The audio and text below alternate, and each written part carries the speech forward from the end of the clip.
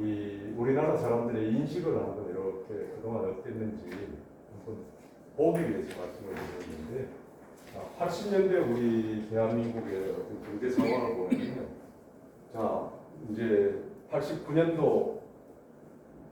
3월에 인천공항을 건설하자고 이제 결정을 했습니다.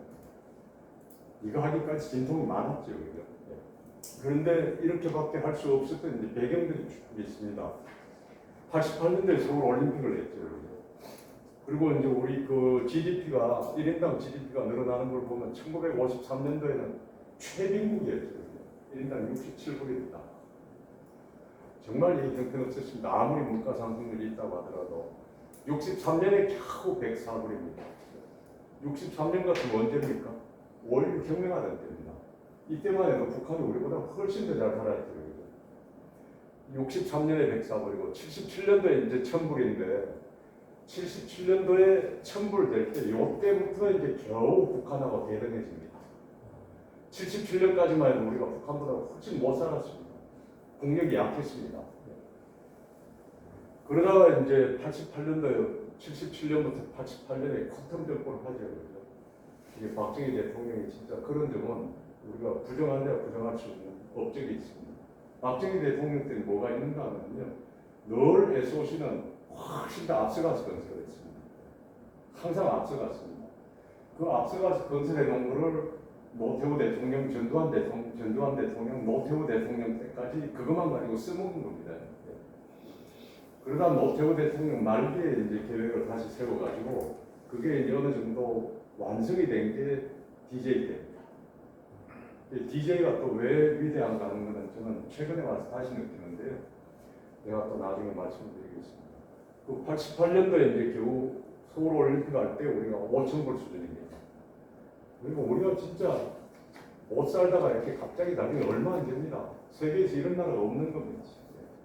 그리고 대통령 욕을 막 할 수 있는 나라 세계 아무데도 없습니다. 경제적인 발전, 정치적인 민주화를 동시에 50년 만에 이룬 나라는 대한민국밖에 없습니다. 근데 이제 아쉬운 거는 이거를 이제 몇 사람들이 지금 정치권에서 다 주장치려고 하는 그게 이제 아쉬운 거죠. 94년도에 우리가 만불이지 않습니까? 그러니까 이때 89년도에 우리가 인천공항을 결정하고 고속철도를 결정할 수밖에 없는 게 경제 규모가 커나가기 때문에 거기에 맞는 새로운 SOC를 중요한 걸 해야 되기 때문에 그런 거죠. 그 다음에 이제 이때 우리가 80년도에는 경제 성장이 연평균 9.5%입니다. 지금 2% 가지고 윤 대통령이 자랑하죠. 그죠? 9.5%면 얼마 전까지 중국이 우리하고 비슷했던 거죠. 이 당시. 지금 2% 가지고 이 해를 쓰는데 9.5%가 좀 대단한 겁니다. 그 다음에 이제 또 뭐가 있는가 하면요, 이렇게 성장을 하다가 보니까 교통 인프라 전체가 이제 보틀렉이 걸리는 거예요.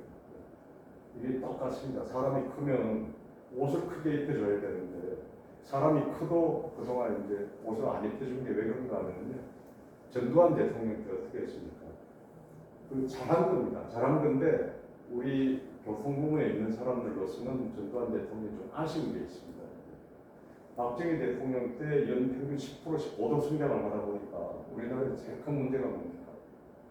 유효수요가 넘쳐납니다. 인플레이션이 뭐 말도 못합니다. 물가 상승도 말도 못하고 하니까 전두환 대통령이 뭘 모르시는 분이니까 자기가 그 하나 좋은 거는 전문가를 최고로 찾아가서 냈겠죠. 나는 모르니까 네가 책임지고 해야 돼. 경제 전문가들을 다 뽑아놓고 경제수석을 뽑아놓고 경제수석한테 당신이 경제 대통령이야. 그럼 뭐 하면 돼? 뭐라고 했습니까? 김재익 수석이 물가를 잡아야 됩니다. 물가 안 잡으면 국민들이 소득이 늘어나도 오히려 가난해집니다. 알았어. 물가 잡는 거 당신이 책임지고 해. 어떻게 했습니까? 정부 지출도 못하게 했죠. 정부 지출도 제일 처음에 하는 게 정부 지출 못하게 했습니다. 공무원 봉급 올리지 마. 그 다음에 SOC 투자도 하지 마.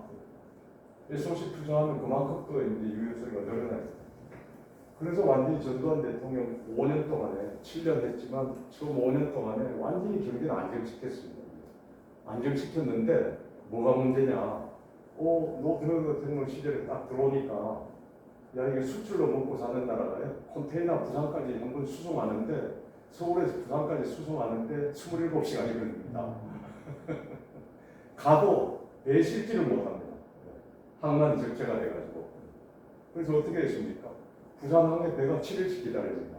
인천항으로 들어오는 건 40일, 45일을 기다렸습니다.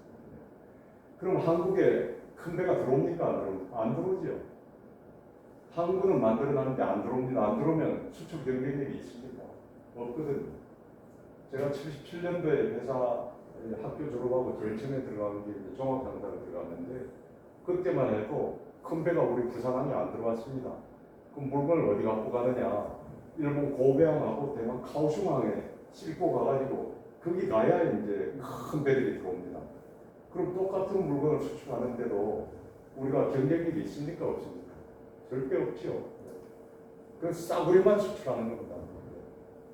그러다가 이제 부산항을 만들어 놨는데 배가 이렇게 7시 기다리는데 하루에 용순료가 수십만 불씩 나가거든요. 안 들어옵니다. 최근에 또 어떤 현상이 있습니까? 이제 중국이, 미국이 이제 새로운 대통령이 들어서면 더 강하게 규제를 할 거라고 하니까 지금 중국이 물동량 막 실어내는 정신이 없죠. 그죠? 막 실어내니까 어떻게 됩니까? 큰 배들이 중국에서 다 싣고 다 차가지고 한국에 안 옵니다. 중국이 그만큼 우리한테 큰 영향을 줍니다. 큰 배가 와가지고 빈자리가 있어야 한국에 광양하고 부산하고 근데 지금 옛날 상황이 다시 오는 겁니다. 이제는 시설이 있어도 또 뭐가 안 됩니까? 그리고 소프트웨어가 없으면 소프트 파워가 없으면 또 안 되는 겁니다.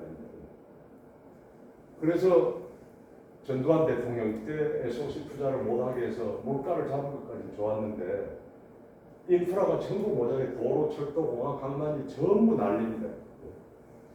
그래서 이런 종합적인 것들 때문에 이제 인천공항하고 고속철도를 건설하자는 것을 시적절하게 강한 결정을 했던 겁니다. 이게 80년대 상황입니다. 그런데 이제 뭐 우여곡절 끝에 여러 가지 사이트가 있었습니다만 하여튼 우리 영종도를 정해놓고 보니까 참 황량하죠. 그죠? 어떻게 저는 참